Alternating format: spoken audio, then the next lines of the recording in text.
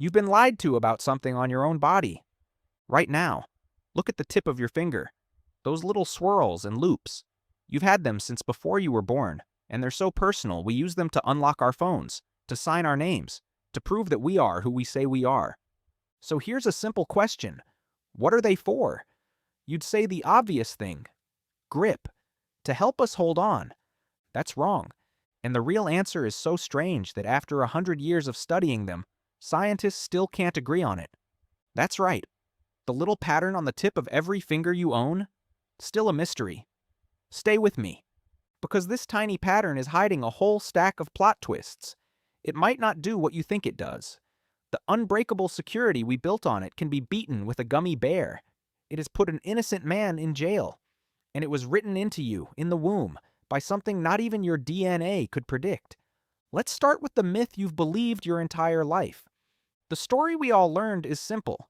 Fingerprints are like the tread on a tire, little ridges that dig in and give you grip. Makes sense, right? In 2009, two scientists at the University of Manchester, Roland Enos and Peter Warman, actually tested it. They dragged fingertips across smooth acrylic and measured the friction, and they got the opposite of what everyone expected. Your fingertip skin acts like rubber, and on a smooth surface, the ridges reduce the contact area by about a third.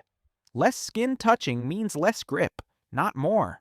So the one thing everybody knows fingerprints are for, they might actually be a little worse at. Off to a great start.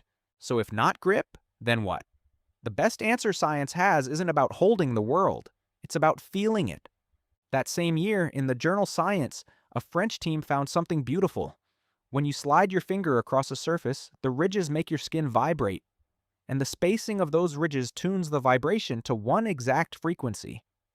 The exact frequency that a special nerve ending deep in your skin, your texture detector, is most sensitive to. So your fingerprints might be less like tire tread, and more like the grooves on a vinyl record, turning texture into a signal your brain can read. They may not help you grip the world, they help you feel it. And a 2020 study added the last piece. The ridges also manage moisture, wicking sweat away when you're too damp, holding it in when you're too dry, to keep your touch razor sharp, whether your hands are soaked or bone dry. Okay, so where do they even come from? This is where it gets genuinely strange. You'd assume your fingerprints are written in your genes, like eye color. They're not. Not really. In 2023, scientists finally watched fingerprints form in the womb. Around weeks 13 to 17 of pregnancy, tiny ridges start rising on the fingertip, borrowing the same program your body uses to grow hair. But they don't grow to a plan. They spread in waves from 3 separate starting points on each fingertip. And wherever those waves crash into each other decides whether you get an arch, a loop, or a whirl. It's a chemical tug of war. The exact same kind of math that paints the spots on a leopard and the stripes on a zebra. And here's the mind bender. That collision is basically random. So identical twins, same DNA, same womb, still end up with different fingerprints. Think of cream swirling into coffee, or the cracks spreading across drying mud, or a snowflake taking shape in a cloud. The same simple rules run every single time. But the tiniest difference in where it starts sends the whole thing somewhere brand new. Run it twice, and you never get the same picture. Your fingertips ran that process exactly once, before you were born. And out came a pattern that had never existed before, and never will again. Your DNA can call your height, your eye color, whether you'll go bald. But your fingerprints? Even your own genetic code never saw them coming. They are the one part of you that was, quite literally, improvised. Set before you took your first breath, and then frozen. The pattern you have right now is the exact pattern you'll die with. Burn it, cut it, scrape it off. As long as the deep layer survives, the same swirl grows right back. Now, 2 facts that sound made up and aren't. Fact 1, you are not the only animal with fingerprints. Apes and monkeys have them. Fine, they're cousins. But the real shock is a small, sleepy marsupial that last shared an ancestor with us about 70 million years ago. The koala. Put a koala's fingerprint under a microscope next to a human's, and even an expert struggles to tell them apart. Same loops, same whirls, same tiny details. Evolution, working on 2 completely separate branches of life, arrived at the exact same answer, Probably to help the koala grip branches and pick the right leaves. Somewhere out there is a koala with hands that could, in theory, frame you for a crime. Sleep well. Fact 2. Some people have no fingerprints at all. There's an incredibly rare genetic condition called adermatoglyphia, smooth, blank fingertips from birth. It got its nickname when a Swiss woman kept getting stopped at borders because she had no prints to scan. Doctors started calling it immigration delay disease. In 2011, they traced it to a single tiny change in one gene. A handful of families on Earth simply don't have them. Which brings us to why any of this matters to the police. Humans have used fingerprints as identity for a very long time. In ancient China, more than 2,000 years ago, officials pressed fingerprints into clay to seal documents, and even recorded a handprint at the scene of a burglary. By the 600s, a Chinese writer noted those prints could tell one person from another. But the modern system, the one in every cop show, really begins in the late 1800s. A scientist named Francis Galton proved the two things that made fingerprints powerful. They are permanent, and the odds of two people sharing the exact same print are astronomically small. The first conviction by fingerprint came in 1892, in Argentina. A mother who had blamed a stranger for the murder of her two children, undone by a single bloody thumbprint on a doorframe.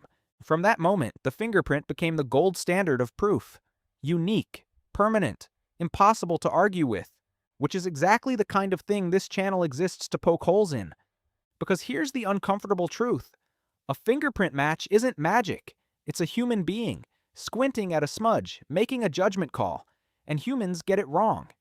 In 2004, bombs tore through trains in Madrid, killing 192 people. A fingerprint on a bag led the FBI to a lawyer in Oregon named Brandon Mayfield. They called it a 100% match. One problem, Mayfield hadn't left the country. He had nothing to do with it. The print actually belonged to a man in Algeria. The FBI had jailed an innocent person on a perfect match, then apologized and paid him $2 million. And that wasn't just one bad day. When America's top scientists reviewed the whole field in 2009, they found something startling. No one had ever actually proven statistically that every fingerprint on Earth is truly unique. We just assumed it.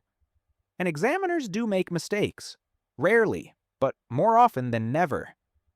So the most trusted clue in history rests on a fact nobody ever fully proved. Cool, cool, cool, cool. And the modern twist? That fingerprint scanner on your phone, the unbreakable lock, has been fooled by a fake finger made of gelatin. Yes, a gummy bear. Hackers once even rebuilt a government minister's thumbprint from ordinary high-resolution photos of her hand at a press conference. Your password lives on the outside of your body, where anyone with a camera can copy it. So, back to that little swirl on the tip of your finger.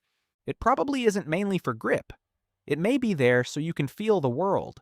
It was improvised in the womb by chemical waves, locked in before your first breath, and frozen for the rest of your life. You share its design with a koala. A few people are born without it. We built our entire idea of proof on top of it, and then found out it can be faked, and it can be wrong. The one thing we know for certain is the strangest thing of all. In the whole history of our species, out of more than 100 billion people who have ever lived, no one has ever been found with your exact pattern. Not your twin, not your clone, just you.